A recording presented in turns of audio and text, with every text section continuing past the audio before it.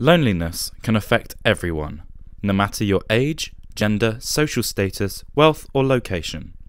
In the UK, 9 million people agree they often or always feel lonely. That is more than the population of London.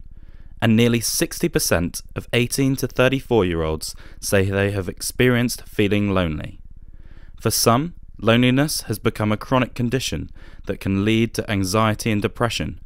But it can be as simple as feeling left out when you have no one to sit with while having lunch, when nobody has time for you at the weekend, or when you move to a new school or city.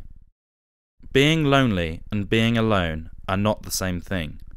You could be completely content reading a book by yourself and hate every second when you're out with your friends. Loneliness is a completely subjective, individual experience.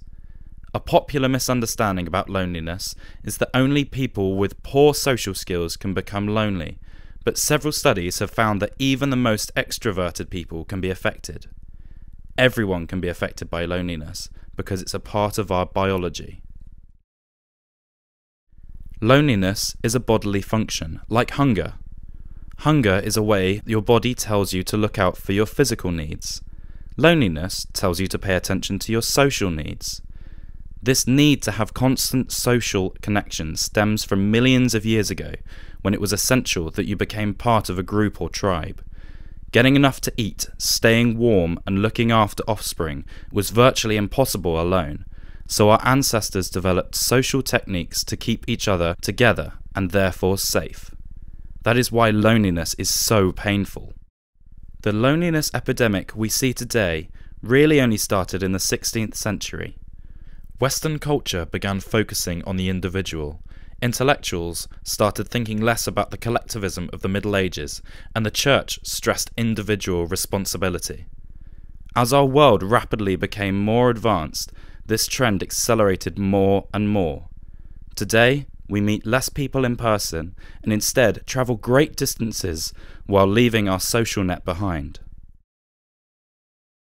Scientists have carried out studies that show loneliness is one of the most harmful conditions for our body.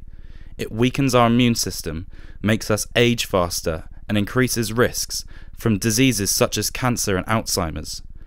Loneliness is twice as deadly as obesity and as deadly as smoking a pack of cigarettes a day.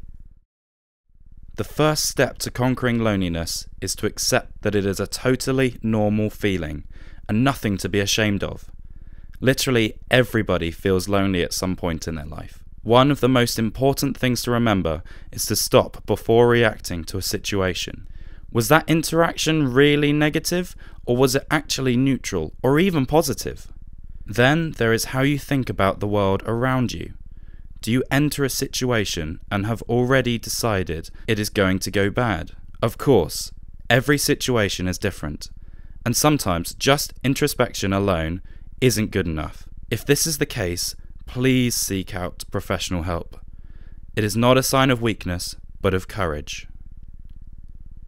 Thank you for watching.